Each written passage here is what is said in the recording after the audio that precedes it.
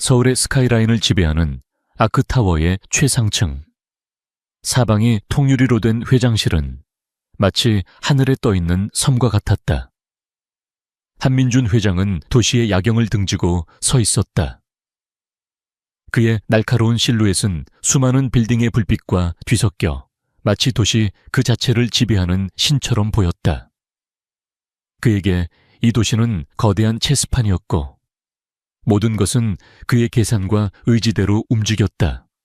하지만 그의 왕국인 이 펜트하우스 안에는 그의 권력마저 무력하게 만드는 깊은 정적이 흘렀다. 그 정적은 세상 모든 것을 가졌지만 가장 중요한 것을 잃어버린 남자의 공허함을 비웃는 듯 했다. 한민주는 책상 위에 놓인 액자를 향해 시선을 돌렸다. 사진 속에는 환하게 웃고 있는 아내와 그의 품에 안긴 갓난아기 셋이 있었다. 그녀가 떠난 지 5년. 시간은 모든 것을 무뎌지게 한다고 했지만 그에게는 예외였다. 아내의 온기는 집 안 곳곳에서 사라졌고 아이들의 웃음소리마저 희미해졌다. 그는 아이들을 사랑했지만 그 사랑을 어떻게 표현해야 하는지 잊어버린 사람처럼 서툴렀다. 그에게 아이들은 지켜야 할 가장 소중한 유산이자 동시에 가장 어려운 과제였다. 그때 집무실 문을 노크하는 소리가 들렸다. 육중한 문이 소리 없이 열리고 이 집의 모든 것을 총괄하는 김 집사가 고개를 숙였다. 그는 수십 년간 한민준의 아버지를 모셨고 이제는 그를 보필하고 있었다. 그의 얼굴에는 언제나처럼 감정이 드러나지 않았지만 눈빛에는 희미한 우려가 서려 있었다. 회장님, 아이들이 기다리고 있습니다. 서연 씨가 준비를 마쳤다고 합니다. 김 집사의 목소리는 낮고 침착했다. 그는 이 집안의 공기처럼 존재했지만 누구보다 이 가족의 상처를 깊이 꿰뚫어 보고 있었다. 특히 아이들이 아버지 앞에서 어떻게 작아지는지를. 한민주는 잠시 대답 없이 도시를 내려다보았다. 아이들을 만나는 시간은 그에게 늘 긴장되는 순간이었다. 그는 아이들에게 최고의 환경을 제공했다. 최고의 교사, 최고의 음식, 최고의 장난감. 하지만 그는 아이들의 마음을 얻는 방법은 알지 못했다. 그는 천천히 몸을 돌려 김 집사를 향해 고개를 끄덕였다. 아이들의 놀이방은 펜트하우스의 다른 공간과는 사뭇 다른 분위기를 풍겼다. 최고급 자작나무로 만든 가구와 파스텔 톤의 벽지, 그리고 방 한가운데를 차지한 거대한 놀이기구까지. 모든 것이 아이들을 위해 세심하게 설계된 공간이었다. 하지만 그 공간을 채우는 것은 아이들의 활기찬 웃음소리가 아닌 조용한 숨소리뿐이었다. 새 쌍둥이, 하늘, 바람. 사랑은 조용히 그림책을 보고 있었다. 첫째 하늘이는 아버지를 닮아 과묵하고 신중했고 둘째 바람이는 호기심이 많았지만 낯을 가렸으며 막내 사랑이는 감수성이 풍부해 쉽게 상처받았다. 세 아이는 서로에게 세상의 전부였고 외부의 모든 것으로부터 자신들을 보호하는 작은 성을 쌓고 있었다. 그 성의 유일한 문을 열 수 있는 사람은 바로 강서연이었다. 그녀는 아이들 옆에 조용히 앉아 책을 읽어주고 있었다. 그녀의 목소리는 나지막하고 부드러웠다. 그녀는 화려하지도, 특별히 눈에 띄는 미모를 가진 것도 아니었다.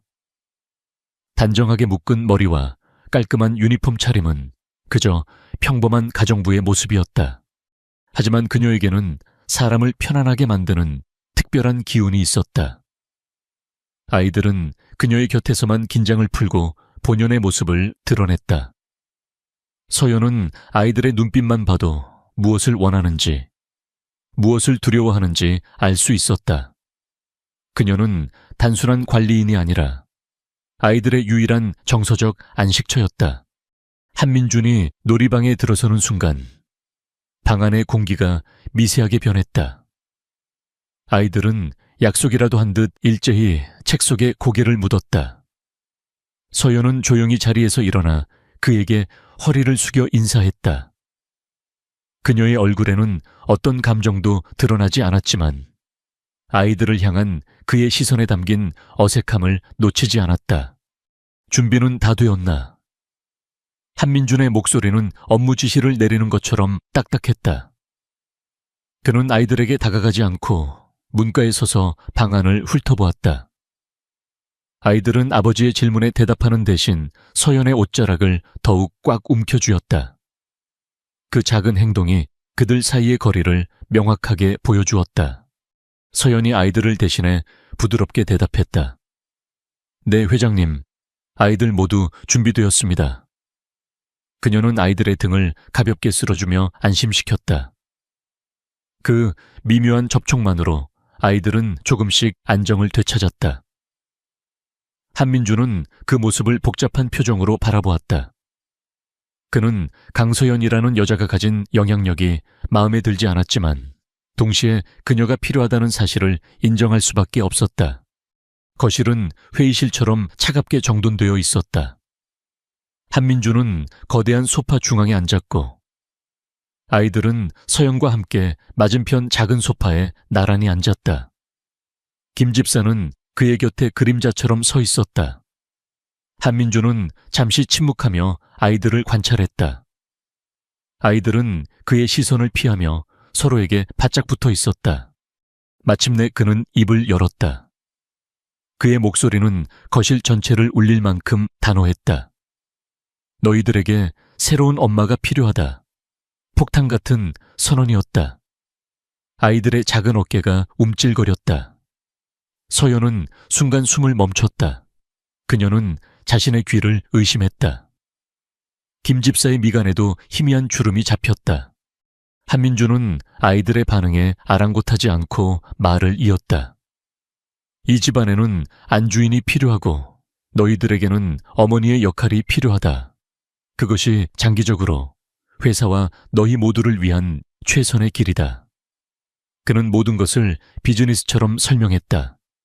감정은 배제된 채 오직 효율과 필요성만이 존재하는 결정이었다. 그는 테이블 위에 놓인 태블릿 PC를 아이들 쪽으로 밀었다.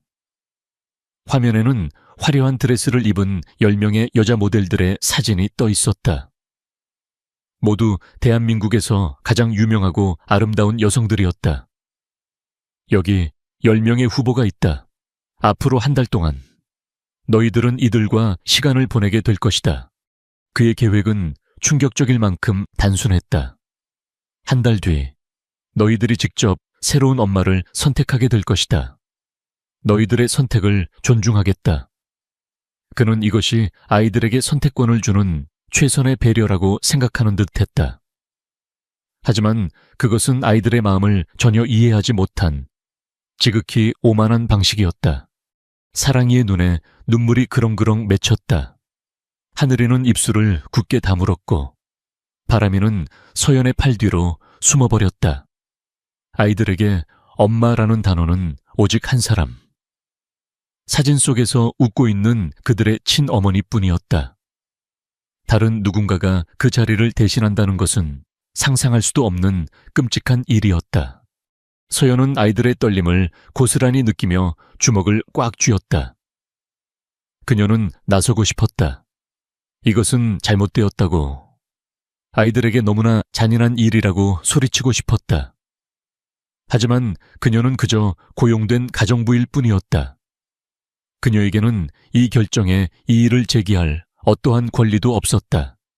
그녀가 할 수 있는 일은 그저 아이들의 곁을 지키며 이 차가운 폭풍 속에서 아이들이 부서지지 않도록 보호하는 것뿐이었다. 그녀는 조용히 아이들을 자신의 품으로 더 가까이 끌어당겼다. 그 작은 위로의 몸짓은 한민준의 결정에 대한 그녀의 무언의 저항이었다. 한민준은 자신의 선원이 가져온 파장을 무시한 채 자리에서 일어났다. 김 집사, 일정을 조율하도록 내일부터 시작한다.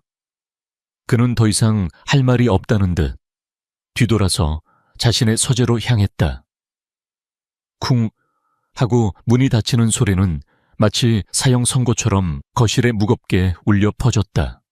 서재로 돌아온 한민주는 다시 창가에 섰다. 그는 자신이 옳은 일을 했다고 믿었다. 죽은 아내를 대신할 사람은 없겠지만 아이들에게는 안정적인 환경이 필요했다. 그리고 자신에게는 사업 파트너이자 가문의 안주인 역할을 할 아내가 필요했다. 이것은 슬픔을 극복하고 앞으로 나아가기 위한 가장 합리적인 선택이었다. 그는 아이들이 결국 이해해 줄 것이라고 생각했다. 시간이 지나면 새로운 환경에 적응하고 새로운 엄마에게 마음을 열 것이라고. 그는 아이들의 마음을 너무 쉽게 생각했다. 그리고 자신의 발밑에서 조용히 아이들을 지키고 있는 한 여자, 강서연의 존재를 너무나도 가볍게 여기고 있었다.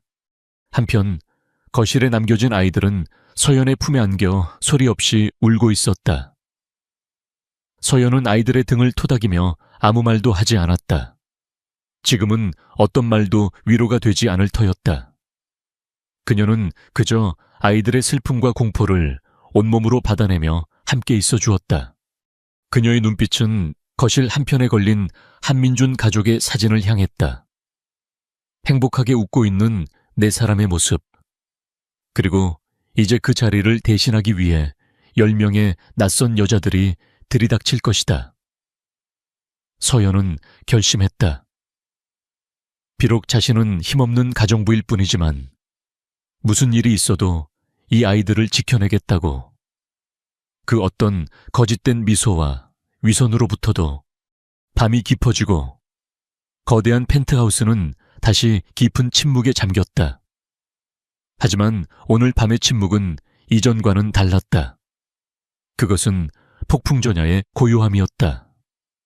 한 남자의 차가운 결정이 불러온 거대한 폭풍이 이제 막 이 집의 문을 두드리기 시작하고 있었다. 그리고 그 폭풍의 중심에는 세 아이와 그들을 지키려는 한 여자가 서 있었다. 다음 날 아침, 한민준 회장의 펜트하우스에 낯선 활기가 넘쳐 흘렀다. 약속된 시간에 맞춰 최고급 세단들이 줄지어 대문 안으로 미끄러져 들어왔다. 차문이 열릴 때마다 대한민국 연예계의 정점에 서 있는 톱모델들이 화려한 자태를 드러냈다. 그들은 마치 시상식 레드카펫을 밟는 여배우처럼 계산된 우아함으로 차에서 내렸다. 그들의 등장은 집안의 공기를 순식간에 바꿔놓았다.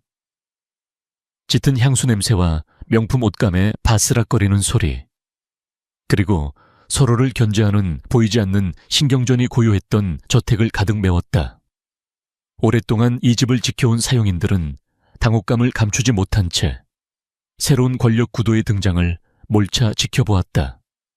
그들에게 이 여성들은 미래의 안주인 후보들이었다. 강서연은 아이들의 방 창가에서 그 광경을 조용히 내려다보았다.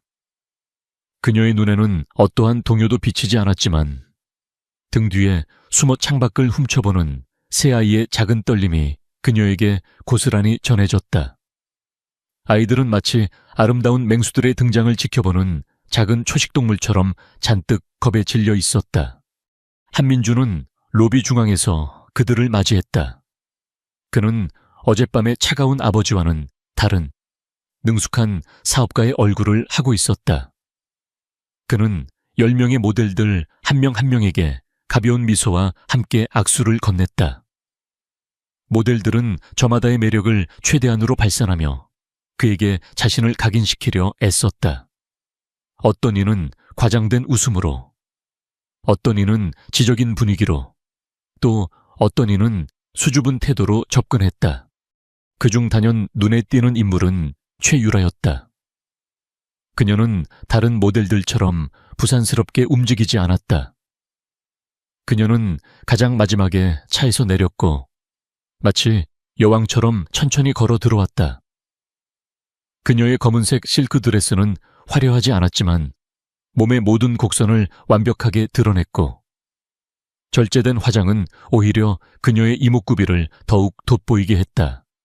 그녀는 한민준 앞에 서서 예의 바르게 고개를 숙였다. 한민준 회장님, 말씀 많이 들었습니다. 최유라입니다. 그녀의 목소리는 꿀처럼 달콤했지만 그 안에는 강한 자신감이 배어 있었다. 그녀는 다른 모델들처럼 그에게 잘 보이려 아양을 떨지 않았다. 오히려 동등한 위치에서 그를 대하는 듯한 당당함이 묻어났다. 한민준의 눈빛이 흥미롭게 빛났다. 그는 수많은 사람들을 만나봤고 상대방의 의도를 순식간에 파악하는 데 능숙했다. 다른 모델들의 속셈은 빤히 보였지만 최유라는 달랐다. 그녀는 단순한 부와 명예를 넘어 이 자리 자체를 욕망하는 것처럼 보였다. 그녀의 야망은 한민준에게 불쾌감 대신 묘한 자극을 주었다. 아이들이 서연의 손에 이끌려 로비로 나왔을 때 모든 모델들의 시선이 그들에게로 향했다. 그들의 눈빛은 아이들이 아니라 합격으로 가는 열쇠를 보는 듯한 노골적인 욕망으로 가득했다. 그들은 약속이라도 한 듯 일제히 무릎을 굽히고 아이들에게 준비해온 선물을 내밀었다. 안녕, 아가들아 이모가 너희들을 위해 선물을 가져왔어. 값비싼 로봇, 거대한 인형, 최신형 게임기까지 아이들의 방을 가득 채우고도 남을 만큼의 장난감들이 쏟아졌다. 하지만 아이들은 뒷걸음질만 쳤다. 그들에게 낯선 어른들의 과장된 친절은 공포 그 자체였다. 아이들은 서연의 등 뒤로 더욱 파고들었다. 그때 최유라가 천천히 다가왔다. 그녀의 손에는 아무것도 들려있지 않았다. 그녀는 아이들과 적당한 거리를 유지한 채 그들의 눈높이에 맞춰 조용히 쪼그려 앉았다. 무서웠구나. 미안해요. 어른들이 너무 시끄러웠지. 그녀의 목소리는 놀라울 만큼 부드러웠고 아이들의 감정을 정확히 읽어내는 듯했다. 하늘이와 바람이. 사랑에는 경계심을 풀지 않았지만 적어도 뒷걸음질은 치지 않았다. 최유라는 아이들에게 손을 뻗는 대신 한민준을 향해 미소를 지으며 말했다. 아이들에게는 시간이 필요하죠. 낯선 환경과 낯선 사람들 속에서 자신을 지키려는 건 당연한 본능이에요. 억지로 다가가는 건 오히려 독이 될 수 있습니다. 그녀의 말은 매우 그럴듯했다. 마치 아동 심리에 대해 깊은 이해가 있는 사람처럼 보였다. 한민준은 만족스러운 표정으로 고개를 끄덕였다. 그는 최유라가 다른 모델들과는 격이 다르다고 생각했다. 그녀는 아름다울 뿐만 아니라 지혜롭기까지 했다. 그가 찾던 완벽한 파트너의 모습이었다. 하지만 서연은 그 모든 것을 다른 시선으로 보고 있었다. 그녀는 최유라의 눈빛에서 아이들을 향한 진정한 온기를 발견할 수 없었다. 그녀의 모든 행동과 말은 철저히 계산된 연기처럼 느껴졌다. 그녀는 아이들을 보는 것이 아니라 아이들을 통해 한민준의 마음을 얻으려 하고 있었다. 오전 시간 동안 모델들은 각자의 방식으로 아이들의 환심을 사기 위해 노력했다. 하지만 그들의 노력은 번번이 실패로 돌아갔다. 아이들은 그 어떤 제안에도 마음을 열지 않고 오직 서연의 곁에만 머물렀다. 모델들은 점점 지쳐갔고 그들의 얼굴에서는 억지로 지었던 미소가 사라지기 시작했다. 점심 식사 시간. 최유라의 가면이 처음으로 균열을 보인 순간이 찾아왔다. 막내 사랑이가 실수로 포크를 떨어뜨리며 토마토 소스가 최유라의 하얀색 바지에 튀었다. 순간 최유라의 얼굴이 싸늘하게 굳어졌다. 하지만 그녀는 금세 표정을 바꾸며 활짝 웃었다. 괜찮아. 사랑아.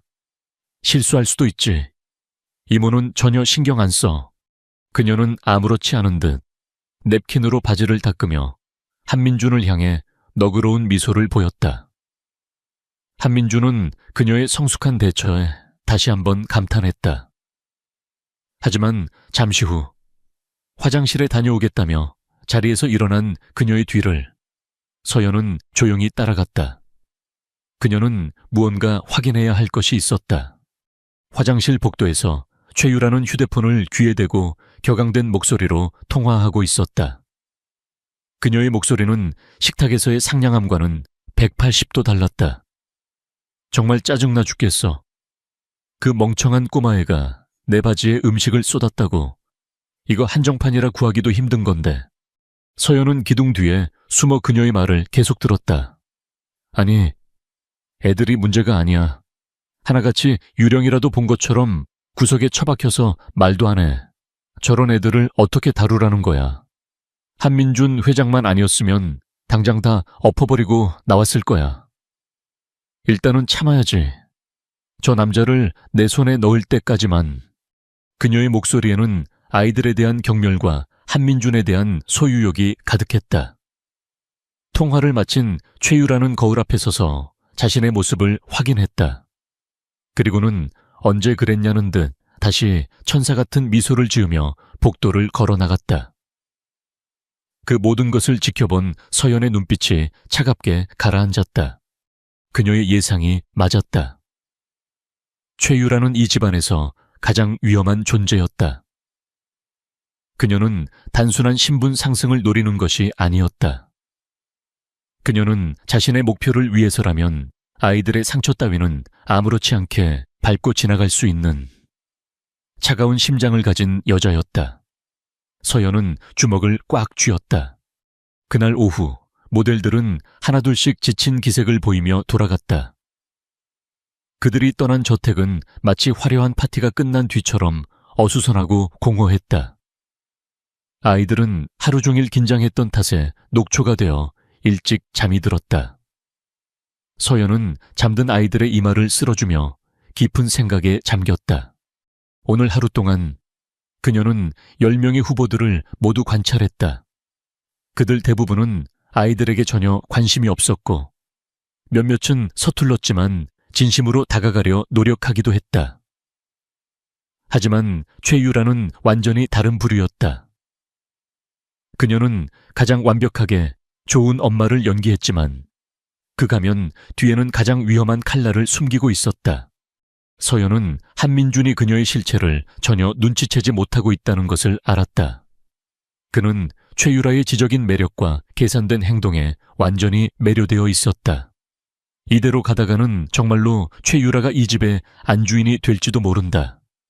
그것은 아이들에게 닥칠 최악의 재앙이었다. 서연은 창밖에 어두운 도시를 내려다보았다. 그녀는 더 이상 평범한 가정부로만 머물 수 없었다. 아이들을 지키기 위해서는 무언가 해야만 했다. 그녀의 과거, 그녀가 필사적으로 숨기고 잊으려 했던 시간들이 희미하게 고개를 들기 시작했다. 그녀는 조용히 잠든 아이들의 얼굴을 보며 굳게 다짐했다.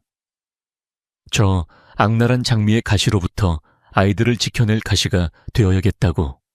한 달이라는 시간은 화살처럼 빠르게 지나갔다. 그리고 마침내 운명의 날이 밝았다. 한민준 회장의 저택은 거대한 이벤트홀로 변해 있었다. 수백 송이의 흰 장미와 최고급 샴페인, 그리고 은은하게 울려 퍼지는 클래식 선율은 이곳에서 벌어질 일이 한 가족의 미래를 결정하는 중요한 행사임을 과시하고 있었다.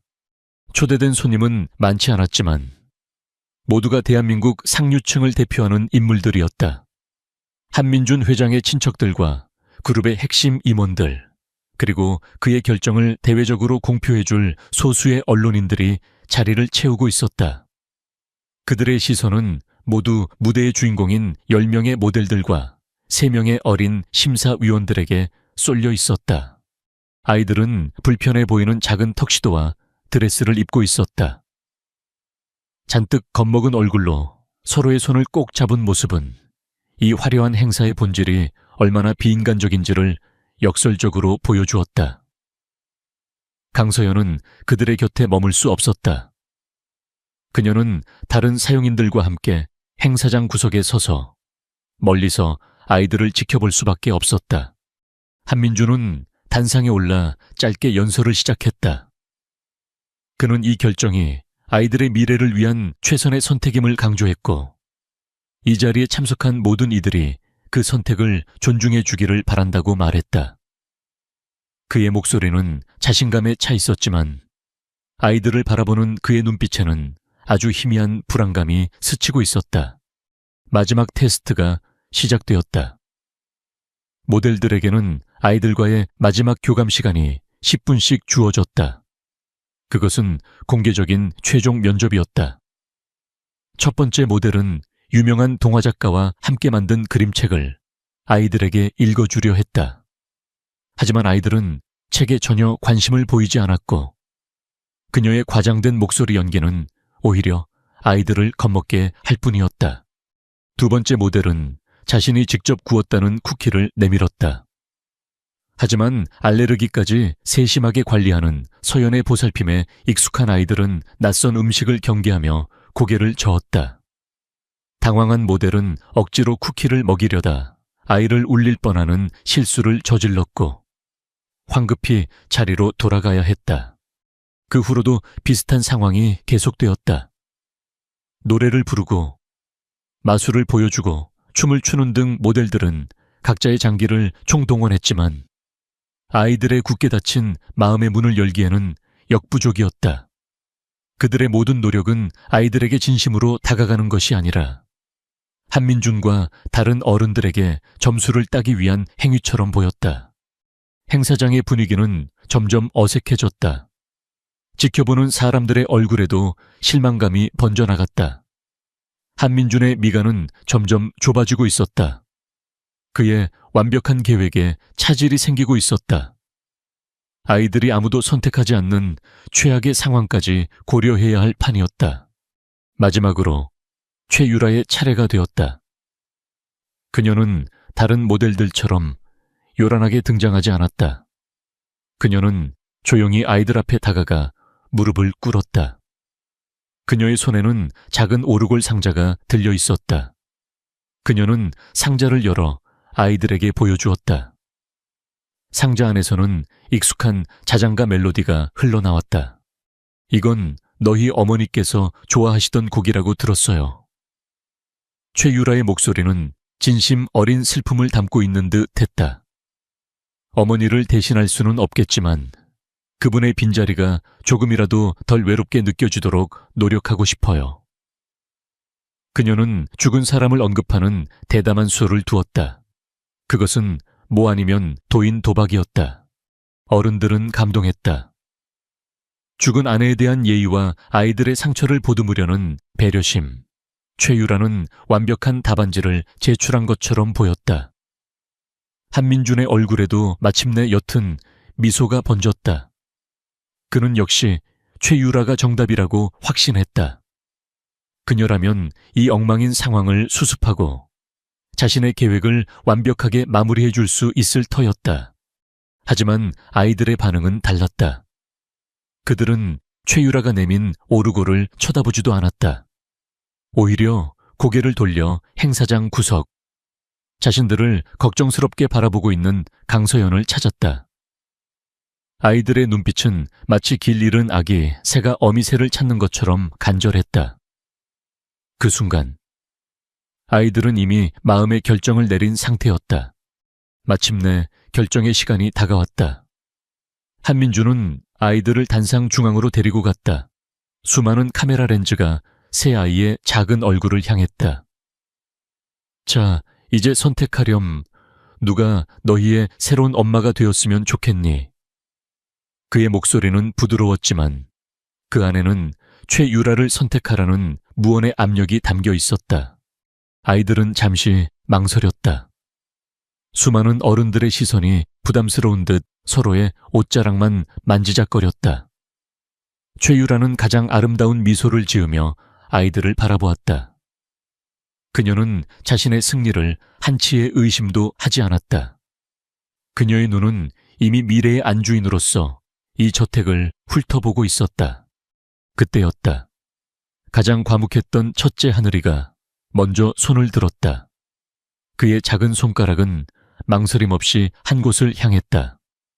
뒤이어 바람이와 사랑이도 약속이라도 한 듯 같은 방향으로 손을 뻗었다. 그들의 손가락은 화려한 드레스를 입은 10명의 모델들을 모두 지나쳐 행사장 가장 구석진 곳에 서 있는 한 사람에게 정확히 멈춰 섰다. 바로 평범한 유니폼 차림의 가정부 강서연이었다. 순간 행사장에 있던 모든 사람들이 숨을 멈췄다. 시간마저 멈춘 듯한 정적이 흘렀다. 기자들은 잠시 상황 파악이 되지 않아 셔터를 누르는 것조차 잊었다. 한민준의 얼굴은 그대로 굳어버렸다. 그는 자신의 눈을 의심하며 아이들의 손가락 끝을 따라 시선을 옮겼다. 그리고 그 끝에 서 있는 강서연을 발견하고는 망연자실한 표정을 지었다.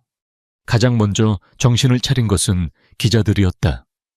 그들은 이 엄청난 스캔들을 놓치지 않으려는 듯 미친 듯이 카메라 플래시를 터뜨리기 시작했다. 찰칵거리는 셔터 소리가 마치 천둥처럼 행사장을 울렸다. 사람들의 웅성거림이 파도처럼 번져나갔다. 완벽하게 통제되었던 행사는 순식간에 아수라장으로 변했다. 최유라의 얼굴에서 천사 같던 미소는 온데간데 없이 사라졌다. 그녀의 아름다운 얼굴은 분노와 모욕감으로 흉측하게 일그러졌다. 그녀는 믿을 수 없다는 듯 아이들과 서연을 번갈아 쳐다보았다. 감히 저 미천한 가정부 따위가 자신의 자리를 빼앗았다는 사실을 받아들일 수 없었다. 그녀의 눈에서 서연을 향한 사리에 가까운 증오가 불타올랐다. 모든 소동의 중심에 서게 된 서연 역시 당황하기는 마찬가지였다. 그녀는 이런 결과를 전혀 예상하지 못했다. 하지만 그녀는 자신을 향해 쏟아지는 시선과 카메라 세례 속에서도 가장 먼저 아이들을 생각했다. 아이들은 이 혼란스러운 상황에 겁을 먹고 울음을 터뜨리기 시작했다. 서연은 본능적으로 움직였다. 그녀는 사람들 사이를 비집고 달려가 아이들을 자신의 품에 끌어안았다. 그녀는 자신의 몸으로 아이들을 가려주며 그들을 향해 쏟아지는 플래시 세례를 막아냈다. 괜찮아, 괜찮아, 내가 여기 있어. 그녀의 목소리는 떨렸지만 그 어떤 말보다 아이들에게 큰 안정감을 주었다. 한민주는 그제야 정신을 차리고 경호원들에게 소리쳤다. 당장 기자들을 막아 전부 내보내. 경호원들이 기자들을 막아서는 동안 서연은 우는 아이들을 품에 안고 황급히 행사장 밖으로 빠져나갔다. 그녀의 등 뒤로 최유라의 불타는 듯한 시선이 비수처럼 날아와 꽂혔다. 한 남자의 오만한 계획은 아이들의 순수한 선택 앞에서 산산조각이 났다. 그리고 그 선택은 한 여자의 인생을 송두리째 바꿔놓았다. 그녀는 이제 더 이상 조용한 그림자로 머물 수 없게 되었다. 대한민국 전체가 주목하는 거대한 스캔들의 중심에서 그녀는 아이들을 지키기 위한 외로운 싸움을 시작해야만 했다.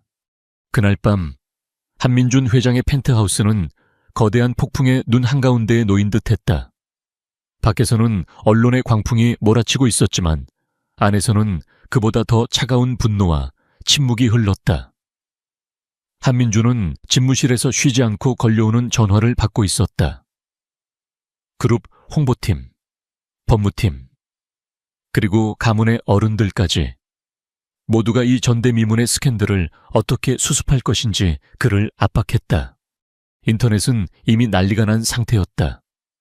재벌 3세들의 선택, 신데렐라는 가정부, 톱모델 최유라, 굴욕의 날 같은 자극적인 제목의 기사들이 실시간으로 쏟아져 나왔다. 대중의 반응은 조롱과 호기심이 뒤섞여 끓어오르고 있었다. 한민준의 완벽하게 구축된 이미지는 하루아침에 아이들 마음도 못 읽는 냉혈한 아버지로 추락하고 있었다. 그는 전화를 끊고 거칠게 넥타이를 풀어 헤쳤다. 그의 인생에서 이토록 통제 불가능한 상황은 처음이었다. 모든 것이 그의 계획대로 흘러가야 했지만 가장 순수해야 할 아이들의 마음이 그의 계획을 산산조각 내버렸다. 그는 이해할 수 없었다. 왜 하필 강서연이란 말인가? 그때 집무실 문이 소리 없이 열리고 최유라가 들어왔다. 그녀는 울어서 붉어진 눈가와 창백한 얼굴을 하고 있었지만 그 모습마저도 처연한 아름다움을 자아냈다. 그녀는 더 이상 분노를 드러내지 않았다. 대신 상처받은 피해자의 얼굴로 그에게 다가왔다. 이것이 그녀가 선택한 새로운 무기였다. 회장님, 이게 대체 어떻게 된 일이죠? 그녀의 목소리는 슬픔으로 가늘게 떨렸다. 제가 뭔가 잘못한 건가요? 아니면 그 여자가 아이들에게 무슨 짓이라도 한 걸까요? 그녀는 교묘하게 강서연이 아이들을 조종했을 가능성을 암시했다. 순진한 아이들이 스스로 그런 선택을 했을 리 없다는 뉘앙스였다. 한민주는 대답 없이 위스키 잔을 채웠다. 그 역시 그런 의심을 하지 않은 것은 아니었다. 그것이 그나마 가장 합리적인 설명이었기 때문이다. 아이들이 아직 어려서 사람을 판단하는 능력이 부족했던 거겠지. 당신에게는 잘못이 없어. 그는 최유라를 위로했지만 그 말은 사실 스스로를 납득시키기 위한 것에 가까웠다. 최유라는 그의 곁으로 다가와 그의 팔을 부드럽게 감쌌다. 저는 괜찮아요. 하지만 회장님과 아이들이 받을 상처가 걱정돼요. 세상 사람들이 뭐라고 하겠어요. 어떻게 가정부를, 아이들의 장래를 위해서라도 이 일은 바로 잡아야 해요. 그녀는 자신의 욕망을 아이들을 위한 걱정으로 완벽하게 포장했다. 그녀의 설득은 한민준의 이성을 파고들었다. 그래, 이건 잘못된 선택이다. 아이들의 일시적인 혼란일 뿐이다. 그는 다시 상황을 통제하고 올바른 길로 되돌려 놓아야 했다. 그는 김 집사를 불러 강서연을 집무실로 데려오라고 지시했다. 그는 이 비상식적인 상황의 원인을 직접 대면하고 끝내야겠다고 결심했다. 잠시 후 강서연이 집무실로 들어왔다. 그녀는 아이들을 재우고 오는 길인지 옷에는 희미하게 아이들의 파우더 냄새가 배어 있었다. 그녀는 최유라의 도발적인 시선과 한민준의 차가운 시선을 차례로 마주하고도 조금도 위축되지 않고 허리를 굽혀 인사했다. 그녀의 침착함은 오히려 한민준을 더욱 화나게 만들었다. 강서연 씨, 이게 대체 무슨 상황인지 설명해 보시죠. 한민준의 목소리는 얼음장처럼 차가웠다. 아이들에게 무슨 말을 했습니까? 어떻게 아이들이 그런 터무니없는 선택을 하도록 만든 겁니까? 그는 그녀가 무언가 비열한 수법을 썼을 거라고 단정하고 있었다. 서연은 고개를 들고 그의 눈을 똑바로 쳐다보았다. 그녀의 눈빛은 흔들림이 없었다. 저는 아무것도 하지 않았습니다. 회장님께서 아이들에게 직접 선택하라고 하셨고 아이들은 자신의 마음에 솔직했을 뿐입니다. 그녀의 대답은 변명이나 해명이 아닌 사실의 전달이었다. 그녀의 당당한 태도에 최유라가 비웃음을 터뜨렸다. 마음에 솔직해 웃기지 마. 네가 한 달 내내 아이들 곁에 붙어서 뭐라고 속삭였을지 눈에 선하구나. 내 주제에 감히 이 집안의 안주인 자리를 넘본 거야. 그녀는 본색을 드러내며 서연을 몰아붙였다. 바로 그 순간 한민준의 책상 위에 놓인 태블릿에서 긴급 알림음이 울렸다. 경쟁사와의 인수합병과 관련된 극비 데이터 서버에 외부 침입 시도가 감지되었다는 보안팀의 보고였다. 젠장, 이 와중에 한민준은 욕설을 내뱉으며 다급하게 태블릿을 조작했다.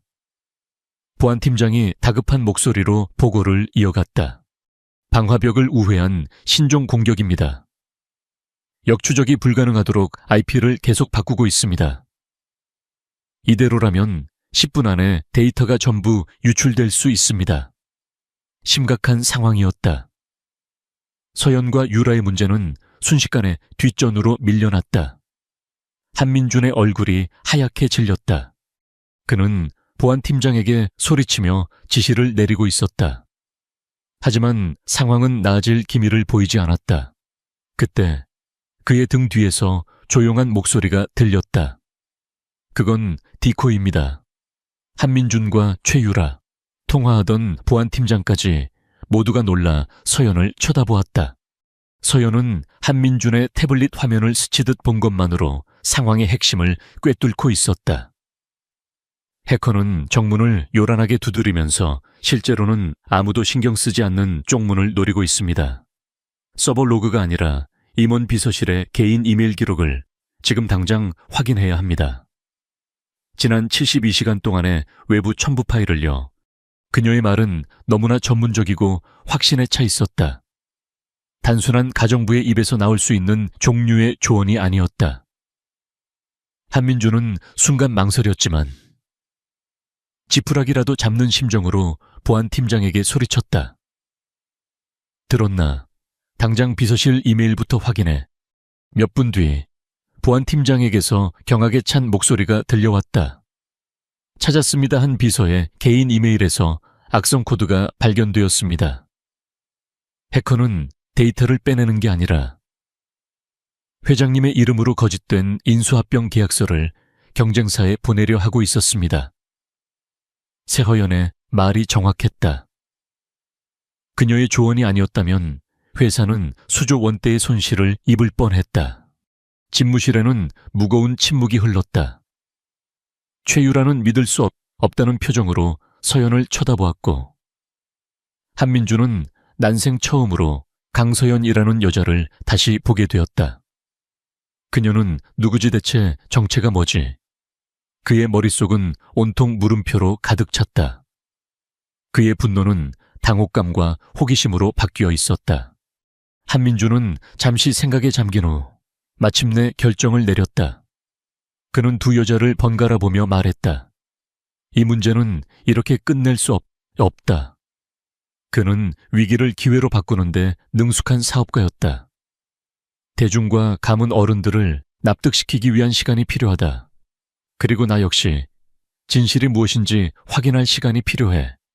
그는 새로운 제안을 내놓았다.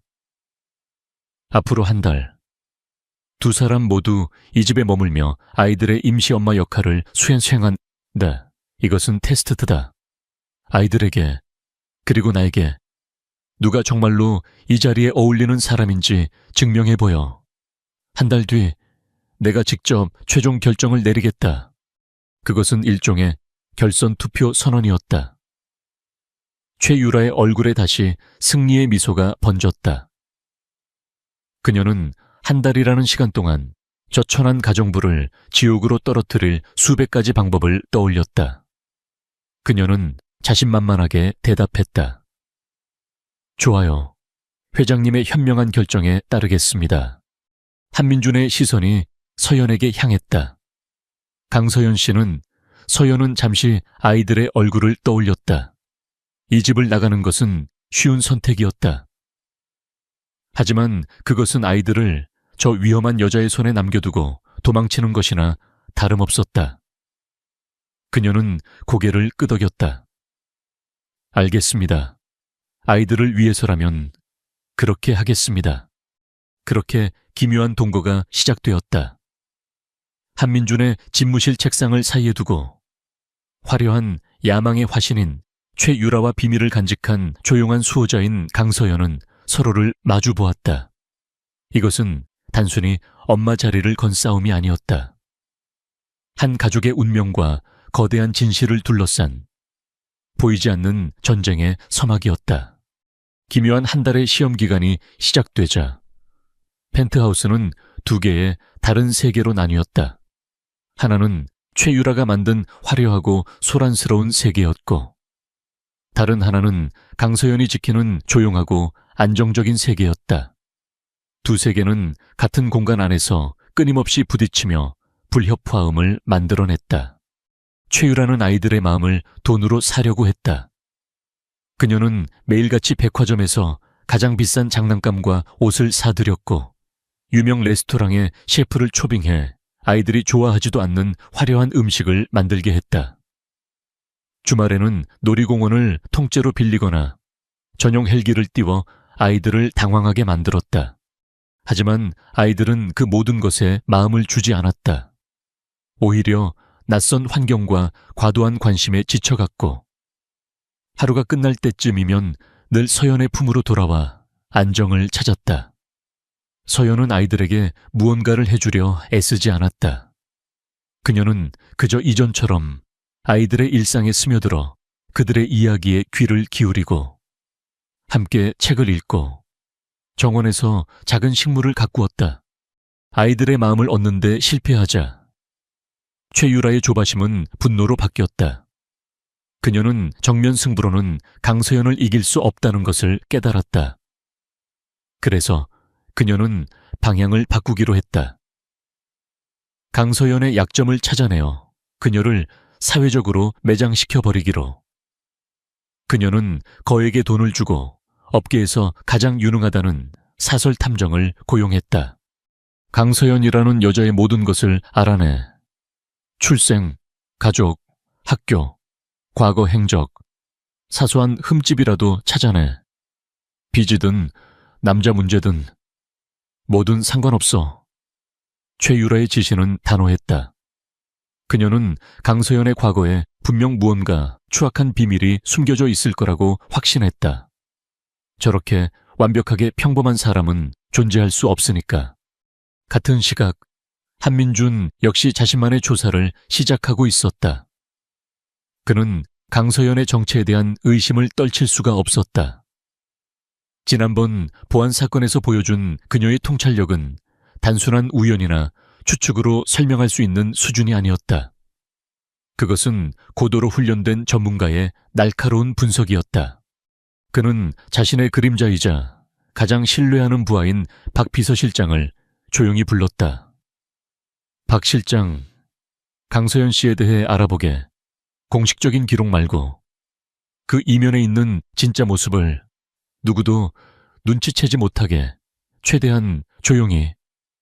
그의 목소리는 낮았지만 그 안에는 반드시 진실을 알아내고야 말겠다는 강한 의지가 담겨 있었다. 두 개의 다른 경로로 시작된 조사는 놀랍게도 비슷한 지점에서 벽에 부딪혔다. 강서연이라는 인물의 공식적인 기록은 너무나도 깨끗했다. 그녀는 2년 전 서울의 한 작은 보육원에서 추천서를 받아 이 집에 들어왔다. 그 이전의 기록은 거의 존재하지 않았다. 마치 유령처럼 어느 날 갑자기 나타난 사람 같았다. 최유라가 고용한 사설 탐정은 불평을 늘어놓았다. 의뢰인님, 이 여자는 파도 나오는 게 없습니다. 가족도 친구도 아무것도 없어요.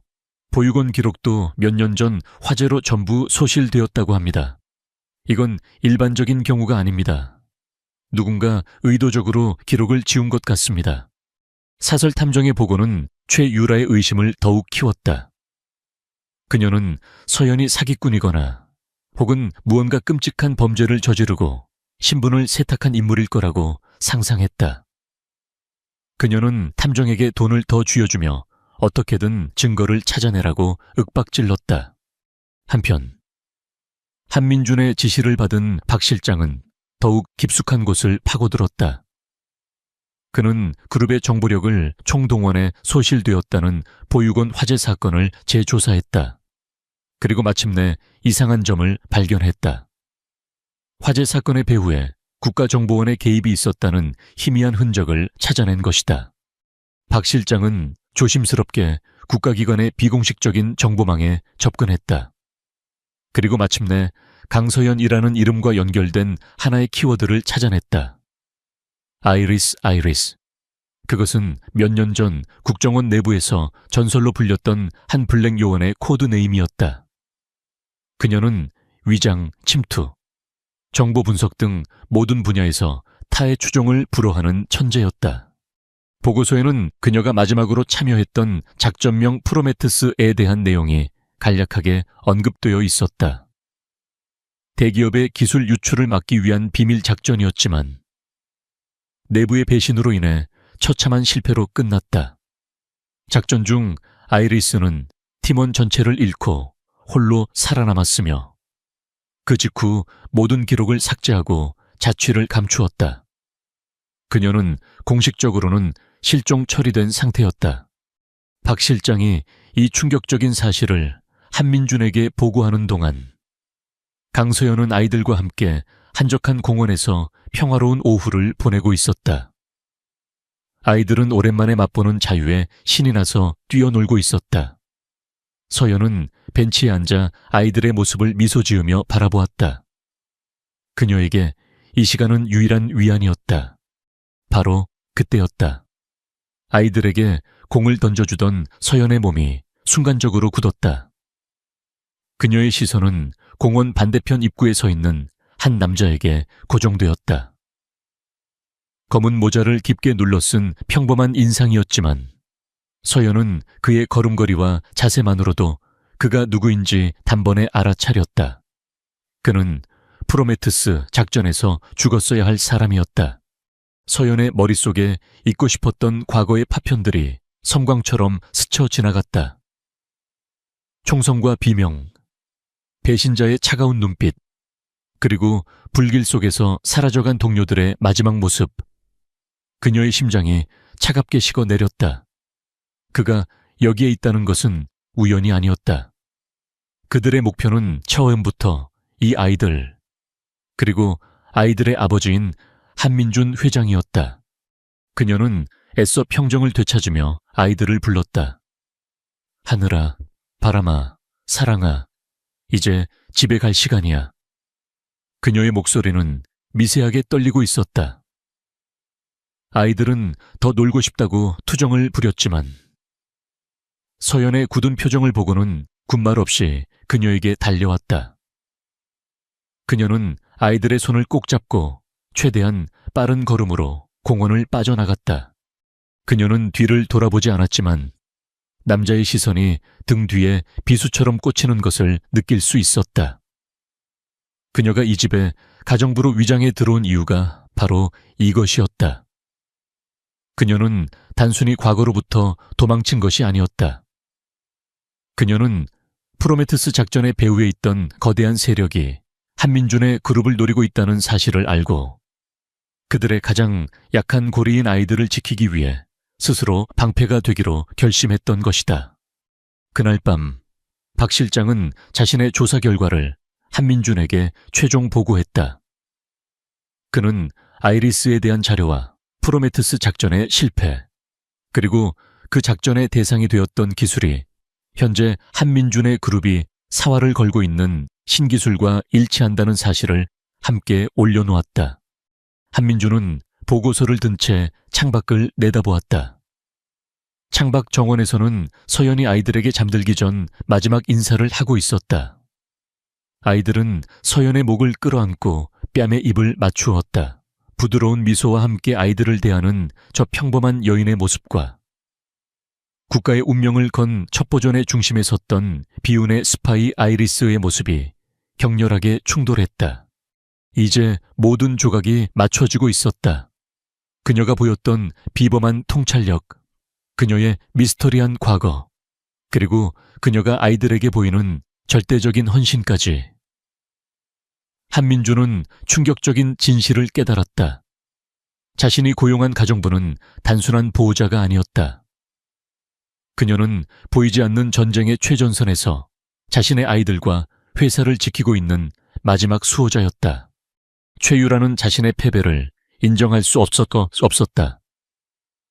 강서연의 미스터리한 과거를 파헤치는 데 실패하자 그녀는 과거가 없다면 만들어주면 된다는 위험한 결론에 도달했다.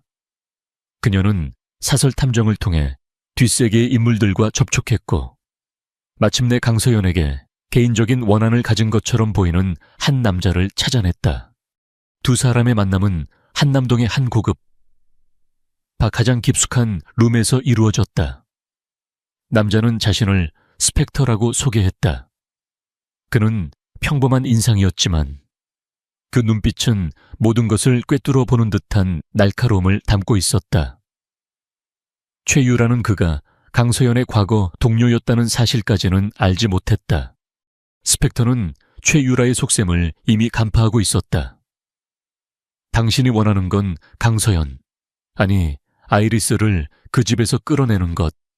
그리고 나는 그녀에게 갚아줘야 할 빚이 있지. 우리의 목표가 일치하는군. 그는 아이리스라는 코드네임을 아무렇지 않게 내뱉으며 최유라를 압도했다. 그는 거부할 수 없는 제안을 내놓았다. 내가 그녀에게 산업 스파이라는 완벽한 누명을 씌워주지. 한민준 회장의 신기술 데이터를 유출한 범인으로 만들어주겠단 소리야. 그 대가로 당신은 나에게 그 집에 들어갈 수 있는 작은 문을 열어주면 돼. 그의 계획은 단순한 모함이 아니라 한민준의 그룹 자체를 노리는 거대한 음모의 일부였다. 최유라는 잠시 망설였지만 강서연을 향한 증오와 안주인 자리에 대한 욕망이 그녀의 이성을 마비시켰다.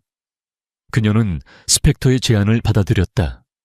며칠 뒤 그녀는 한민준의 서재에 들어갈 기회를 엿보았다. 그녀는 회장님의 건강을 위해 준비했다며 값비싼 영양제 세트를 그의 책상 위에 놓아두었다. 하지만 그 선물 상자 밑에는 머리카락보다 얇은 필름 형태의 하드웨어 키로거가 숨겨져 있었다. 그녀는 한민준이 잠시 자리를 비운 사이 떨리는 손으로 그것을 그의 개인 컴퓨터 USB 포트 뒤쪽에 교묘하게 부착했다. 그녀의 심장은 미친 듯이 뛰었지만 완벽한 범죄를 저질렀다는 쾌감에 입가에 미소가 번졌다. 그녀의 모든 행동은 완벽하지 않았다. 강서연은 이미 집안의 모든 공기의 흐름을 읽고 있었다. 그녀는 공원에서 스펙터를 목격한 이후로 경계태세를 한순간도 늦추지 않았다. 그녀는 최유라가 평소와 다르게 한민준의 서재 주변을 맴도는 것을 이상하게 여겼고 그녀가 놓고 간 선물 상자에도 주목했다. 서연은 직접적인 증거를 찾을 수는 없었다. 하지만 그녀는 직감적으로 알 수 있었다. 적이 움직이기 시작했다는 것을. 함정은 이미 설치되었고 이제 자신은 그 함정의 입구에 서 있었다. 그녀는 한민준에게 이 사실을 알릴 수 없었다. 자신의 정체를 드러내는 순간 아이들이 더 큰 위험에 빠질 것이기 때문이었다. 그녀는 홀로 싸워야 했다. 그녀는 밤늦게까지 자신의 방에서 노트북으로 무언가를 빠르게 타이핑하기 시작했다. 그것은 도망치기 위한 준비가 아니었다. 오히려 다가올 공격을 정면으로 받아내고 그것을 역이용하여 적의 심장을 찌르기 위한 방역의 준비였다. 그녀의 눈은 어둠 속에서 차갑게 빛나고 있었다. 며칠 뒤 마침내 올 것이 오고야 말았다. 한민준의 그룹이 차세대 반도체 기술 발표를 불과 며칠 앞둔 새벽, 관련 기술의 핵심 데이터가 통째로 경쟁사의 서버로 유출되는 사건이 터졌다. 동시에 익명의 제보가 검찰과 언론사에 들어갔다. 제보 내용은 한민준 회장의 집 내부에서 산업 스파이 행위가 벌어졌다는 것이었다. 그날 아침 한민준의 펜트하우스는 아수라장이 되었다. 주식시장이 개장하자마자 그룹의 주가는 폭락하기 시작했고 압수수색 영장을 들고 들이닥친 검찰 수사관들로 집안은 발 디딜 틈이 없었다. 한민준은 망연자실한 표정으로 자신의 왕국이 무너지는 것을 지켜보고 있었다. 수사관들은 제보 내용에 따라 망설임 없이 한 곳으로 향했다. 바로 강서연의 방이었다. 그들은 서연의 노트북을 압수해 그 자리에서 디지털 포렌식을 진행했다. 그리고 얼마 지나지 않아 수사팀장은 경악할 만한 증거를 발견했다는 듯 소리쳤다. 찾았습니다. 유출된 데이터 원본 파일과 해외 더미 계정과의 통신 기록입니다. 모든 증거는 강서연을 범인으로 지목하고 있었다. 노트북에는 그녀가 데이터를 빼돌리고 돈을 요구한 것처럼 완벽하게 조작된 기록들이 남아 있었다. 그것은 스펙터가 만들어낸 완벽한 함정이자 누구도 빠져나갈 수 없는 디지털 감옥이었다. 최유라는 비극의 여주인공처럼 눈물을 흘리며 한민준의 곁에 섰다. 어떻게 서연 씨가 그럴 수 있죠? 회장님을 배신하고 저는 처음부터 그녀가 어딘가 이상하다고 생각했어요. 그녀는 가장 슬퍼하는 척하며 한민준의 마음속에 남은 마지막 신뢰마저 무너뜨리려 했다. 아이들은 겁에 질려 울부짖으며 서연에게 달려가려 했다. 서연 이모 가지마. 하지만 수사관들은 아이들을 가로막았다. 서연의 두 손에 차가운 수갑이 채워지는 순간 아이들의 울음소리는 절규로 바뀌었다. 그 광경은 지옥도나 다름없었다. 서연은 아무런 저항도, 변명도 하지 않았다. 그녀는 체포당하는 순간까지도 담담한 표정을 유지했다. 그녀는 수사관들에게 끌려가기 직전 마지막으로 한민준을 돌아보았다. 그녀의 눈빛에는 두려움이나 원망 대신 복잡하고 깊은 무언가가 담겨 있었다. 그것은 증거가 아닌 나를 믿어달라는 무언의 호소처럼 느껴졌다. 한민준은 극심한 혼란에 휩싸였다. 눈앞의 증거는 완벽했다. 그녀를 믿을 이유는 단 하나도 없었다. 이성적으로는 당장 그녀를 내치고 그룹의 붕괴를 막아야 했다.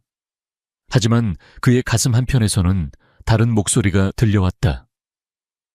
회사를 위기에서 구했던 그녀의 비범함, 아이들을 향한 그녀의 진심 어린 사랑, 그리고 마지막 순간 자신을 바라보던 그 깊은 눈빛이 그의 발목을 붙잡았다.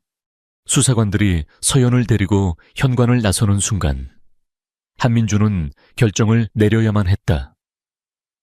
이성과 증거를 따를 것인가? 아니면 설명할 수 없는 한 줄기 믿음과 자신의 직감을 따를 것인가? 그의 굳게 담은 입술과 세차게 떨리는 주먹이 그의 내면에서 벌어지는 격렬한 싸움을 보여주고 있었다. 한 가족과 거대 기업의 운명이 그의 선택에 달려 있었다. 한민준 그룹의 본사 최고층 회의실은 지옥과도 같았다. 그룹의 운명을 결정할 긴급 이사회는 시작부터 파국으로 치닫고 있었다.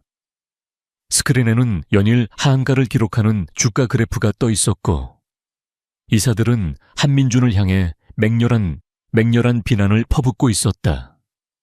그들은 회사를 살리기 위해 한민준이 회장직에서 물러나야 한다고 목소리를 높였다. 최유라는 한민준의 바로 옆자리에 앉아 슬픔에 잠긴 약혼녀 역할을 완벽하게 연기하고 있었다. 그녀는 비통한 표정으로 이사들의 비난을 막아서는 척하며 은근히 한민준의 리더십 부재를 부각했다. 화상으로 회의에 참여한 경쟁사 대표, 즉 스펙터는 안타깝다는 듯한 표정으로 회사를 위해 적대적 인수를 고려할 수밖에 없다는 의사를 내비쳤다. 모든 것이 그들이 짜놓은 각본대로 흘러가고 있었다. 한민준은 패배를 인정해야 하는 벼랑 끝에 몰려 있었다. 이사들은 그의 사퇴를 요구하는 결의안을 상정하려 했다. 바로 그 순간 굳게 입을 다물고 있던 한민준이 나지막이 입을 열었다. 그의 목소리는 놀라울 만큼 침착했다. 결정을 내리기 전에 이 자리에서 반드시 들어야 할 한 사람의 이야기가 더 있습니다. 모두의 시선이 그에게 쏠렸다. 그가 무슨 말을 하려는 것인지 아무도 예상하지 못했다. 한민준은 회의실의 육중한 문을 향해 시선을 돌렸다. 그러자 약속이라도 한 듯 문이 양쪽으로 활짝 열렸다.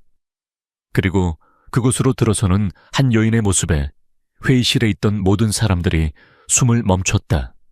강서연이었다. 하지만 그녀는 더 이상 평범한 가정부의 모습이 아니었다. 몸에 완벽하게 맞는 검은색 정장 차림에 머리는 단정하게 뒤로 묶어 올린 모습은 마치 날카로운 칼날과도 같았다. 그녀의 곁에는 신분을 알 수 없는 남자들이 그림자처럼 서 있었다. 그들의 옷깃에 달린 작은 배지는 그들이 국가정보원 소속임을 암시하고 있었다. 최유라의 얼굴이 하얗게 질렸다. 네가 어떻게 여기에? 그녀는 유령이라도 본 사람처럼 말을 더듬었다. 한민준이 차갑게 그녀의 말을 끊었다. 최유라 씨, 이제부터는 조용히 해주시죠. 진실을 들어야 할 시간이니까. 그는 자리에서 일어나 서연에게 자신의 의장석을 내주었다.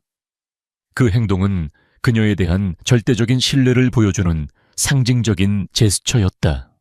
서연은 단상에 서서 회의실 전체를 천천히 둘러보았다. 그녀의 눈빛은 더 이상 순종적인 피고용인의 그것이 아니었다. 모든 것을 꿰뚫어보는 국정원 최고의 요원, 아이리스의 눈빛이었다. 여러분은 지금 거대한 사기극을 보고 계십니다. 그녀의 목소리는 조용했지만 회의실 전체를 장악하는 힘이 있었다. 그녀는 모든 진실을 하나씩 폭로하기 시작했다. 제가 검찰에 체포된 것은 사실입니다. 하지만 그들이 가져간 노트북은 제가 미리 바꿔치기 해둔 미끼였습니다. 그녀는 스펙터와 최유라의 함정을 처음부터 눈치채고 있었고 그들의 계획을 역이용할 함정을 파놓고 기다리고 있었다. 그들이 훔쳐갔다고 믿는 기술 자료 역시 가짜입니다. 그것은 의도적으로 오류를 심어놓은 초기 프로토타입 데이터였죠. 그리고 그 안에는 제가 심어놓은 작은 선물이 하나 들어있었습니다. 트로이 목마라고 불리는 프로그램입니다. 그녀가 손짓하자 스크린에 떠있던 주가 그래프가 순식간에 다른 화면으로 바뀌었다.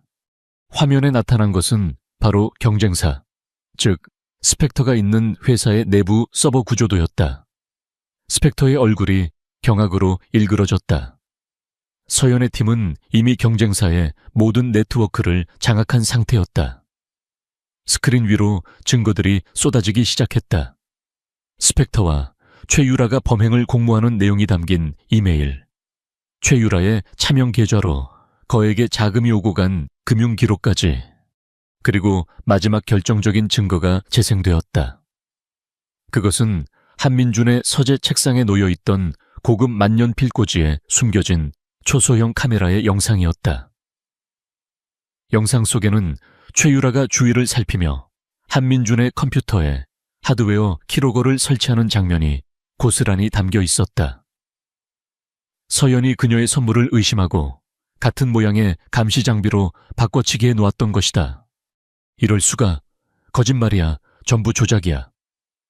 최유라는 미친 사람처럼 소리치며 부정했다.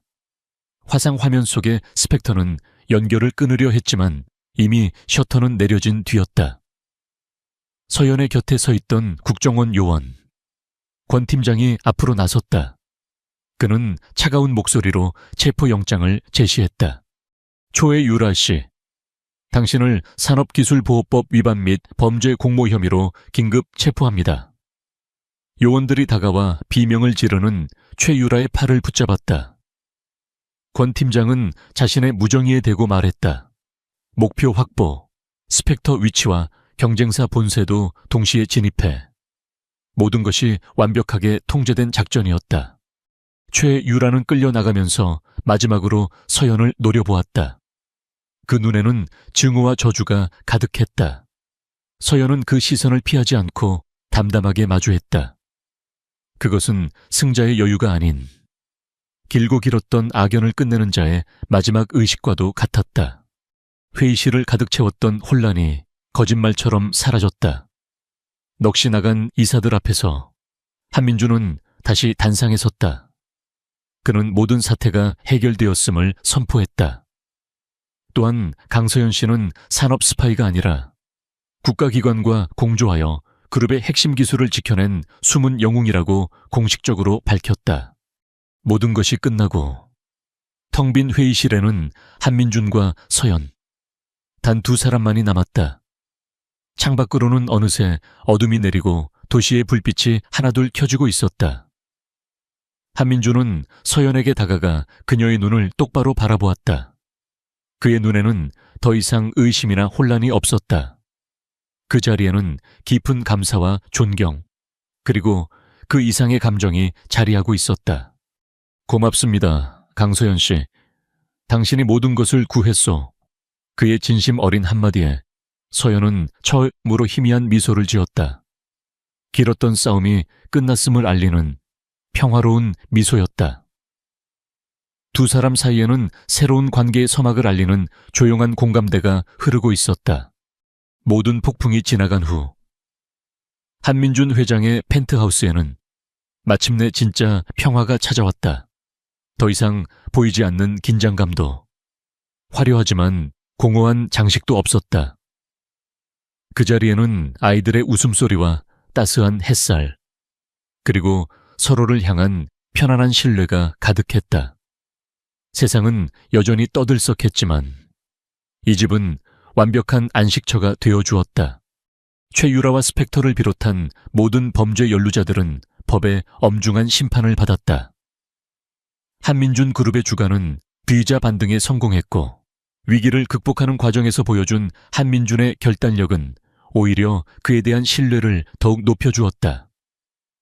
언론은 강서연을 얼굴 없는 수호자라 칭하며 그녀의 이야기에 열광했지만 그녀는 조용히 다시 아이들의 곁으로 돌아왔다. 몇 주가 지난 어느 주말 아침, 서연은 아이들과 함께 정원에서 흙을 만지고 있었다. 그녀는 더 이상 단정한 유니폼 차림이 아니었다. 편안한 면바지와 티셔츠 차림의 그녀는 아이들과 눈높이를 맞추며 작은 모종을 심는 법을 가르쳐주고 있었다. 흙이 묻은 아이들의 얼굴에는 순수한 기쁨이 가득했다. 한민주는 서재 창가에서 그 모습을 한참 동안 몰차 바라보았다. 그의 얼굴에는 이전에 볼 수 없었던 부드러운 미소가 걸려 있었다. 그는 지난 몇 달간 자신이 얼마나 어리석고 오만했는지를 깨달았다. 그는 아이들에게 엄마라는 이름표를 붙여줄 사람을 찾으려 했지만 아이들이 원했던 것은 이름표가 아니라 진심 어린 사랑 그 자체였다. 그는 서재를 나와 정원으로 향했다. 그의 발걸음 소리에 아이들이 고개를 들고 환하게 웃으며 달려왔다. 아빠. 아이들은 이제 더 이상 그를 두려워하거나 어색해하지 않았다. 그들은 그의 다리에 매달리며 자신들이 심은 작은 새싹을 자랑했다. 한민주는 몸을 낮춰 아이들을 끌어안았다. 그는 마침내 진짜 아버지가 되는 법을 배우고 있었다. 그는 서연에게 잠시 함께 걷자고 청했다. 두 사람은 아이들이 노는 모습을 지켜보며 정원 오솔길을 천천히 걸었다. 한민주는 잠시 머뭇거리다 어렵게 입을 열었다. 서연 씨, 그동안 내가 정말 미안했어. 그의 목소리에는 깊은 진심이 담겨 있었다. 당신을 의심했던 것, 그리고 아이들의 마음에 그토록 큰 상처를 주었던 것, 내 모든 결정이 얼마나 폭력적이었는지 이제야 알게 되었어. 진심으로 사과합니다. 그는 고개를 숙였다. 대한민국 경제를 움직이는 거대 그룹의 총수가 한 여인 앞에서 진심으로 용서를 구하고 있었다. 서연은 조용히 그의 사과를 들었다. 그녀는 고개를 저으며 말했다. 괜찮습니다. 회장님도 가족을 지키기 위한 최선의 방법을 찾으려 하셨을 테니까요. 그리고 저 역시 이곳에서 아이들을 통해 과거의 상처를 많이 치유받았습니다. 그녀의 목소리에는 어떤 원망도 남아있지 않았다. 두 사람 사이에는 편안한 침묵이 흘렀다. 한민주는 걸음을 멈추고 서연을 마주보았다. 그의 눈빛은 그 어느 때보다 진지했다. 서연 씨, 당신에게 새로운 제안을 하고 싶소. 그는 주머니에서 작은 상자를 꺼냈다. 그 안에는 화려한 다이아몬드 반지가 아닌 아이들의 탄생석이 박힌 소박하지만 아름다운 반지가 들어있었다. 아이들의 엄마가 되어달라는 부탁이 아니오. 나의 아내가 되어주고 우리 모두의 가족이 되어주시오. 계약이나 의무가 아닌 사랑과 신뢰로 맺어진 진짜 가족 말이오. 당신의 과거가 무엇이든 앞으로 어떤 위험이 닥치든 이제는 내가 당신 곁에서 함께 지켜주고 싶소. 서연은 놀란 눈으로 그와 반지를 번갈아 보았다. 그녀의 눈가에 조용히 눈물이 차올랐다. 그것은 슬픔의 눈물이 아닌 길고 외로웠던 시간이 마침내 끝났음을 알리는 따뜻한 치유의 눈물이었다. 그녀는 대답 대신 조용히 손을 내밀었다. 한민주는 떨리는 손으로 그녀의 네 번째 손가락에 반지를 끼워주었다. 그 순간 아이들이 두 사람에게 달려와 허리를 끌어안았다. 아이들은 무슨 상황인지 정확히 알지는 못했지만 두 사람 사이에 흐르는 행복한 기운을 본능적으로 느낀 것 같았다. 하늘이와 바람이. 사랑이는 서연과 한민준을 번갈아 끌어안으며 해맑게 웃었다. 5개의 그림자가 정원 위로 길게 하나로 합쳐졌다. 그날 저녁 펜트하우스의 식탁은 처음으로 온전한 가족의 온기로 가득 찼다. 딱딱한 격식도, 불편한 침묵도 없었다. 아이들은 제잘거리며 하루 동안 있었던 일을 이야기했고, 한민주는 아이들의 접시에 반찬을 놓아주며 다정하게 웃었다. 서연은 그 모든 풍경을 따뜻한 눈으로 바라보며 마침내 자신이 있어야 할 곳을 찾았음을 실감했다. 밤이 깊어지고 두 사람은 함께 아이들을 재웠다. 침대에 나란히 누워 잠든 새 아이의 모습은 천사와도 같았다. 서연은 아이들의 이불을 고쳐 덮어주었고, 한민주는 방의 조명을 은은하게 낮추었다. 두 사람은 방을 나오며 조용히 문을 닫았다. 거실 통유리창 너머로 서울의 야경이 보석처럼 펼쳐져 있었다. 한민주는 서연의 어깨를 부드럽게 감싸 안았다. 예전에는 저 불빛들을 보면서 내가 모든 것을 가졌다고 생각했어. 하지만 틀렸더군. 그는 서연을 돌아보며 말했다. 이제야 비로소 세상의 전부를 가진 것 같소. 서연은 그의 품에 조용히 기댔다. 두 사람은 말없이 창밖을 바라보았다. 한때는 차가운 성공의 상징이었던 저 도시의 야경이 이제는 그들이 함께 만들어갈 따뜻한 미래를 비추는 배경처럼 느껴졌다. 상처 입은 스파이와 외로운 재벌, 그리고 사랑이 필요했던 새 아이는 마침내 서로의 상처를 보듬는 진정한 가족이 되었다. 그것은 시끄러운 세상에 던지는 가장 조용하고도 위대한 승리 선언이었다.